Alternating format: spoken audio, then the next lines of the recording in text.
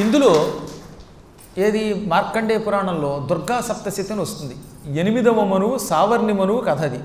ఆ 8వ మనువు కథ అంతా కూడా దుర్గా సప్తశతి అనే పేరుతో ఉంటుంది. ఆ దుర్గా సప్తశతి కంటి మీద రెప్ప వేయకుండా, చెవుల్లోకి ఇంకొక శబ్దం రానివ్వకుండా, మనస్సు చెదరకుండా ఏకాగ్ర చిత్తులై వినండి.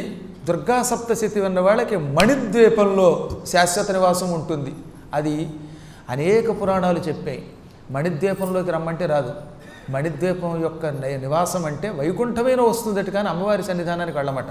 కానీ ఇందులో దుర్గా సప్తశతి వింటే, శ్రద్ధతో వింటే, భక్తితో వింటే, సుసమాహిత చిత్తులై వింటే వారికి వస్తుంది.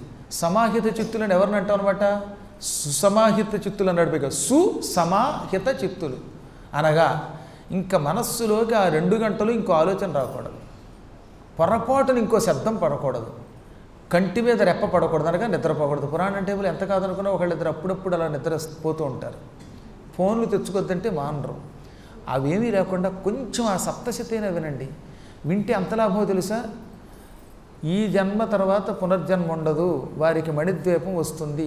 ఒకవేళ కొంచెం తేడాగా వింటే, అంటే కొంచెం నిద్రపోయో, కొంచెం ఫోన్లు వచ్చో, గందరగోళంతో మనస్సు చెదిరో వింటే అత్యుత్తమ జన్మ వస్తుందట. మళ్ళీ వస్తే అది కూడా లాభమే, ఉత్తమ జన్మ వస్తుంది, అత్యుత్తమ జన్మ వస్తుంది. ఏదైనా లాభమే కదా మరి మనకి.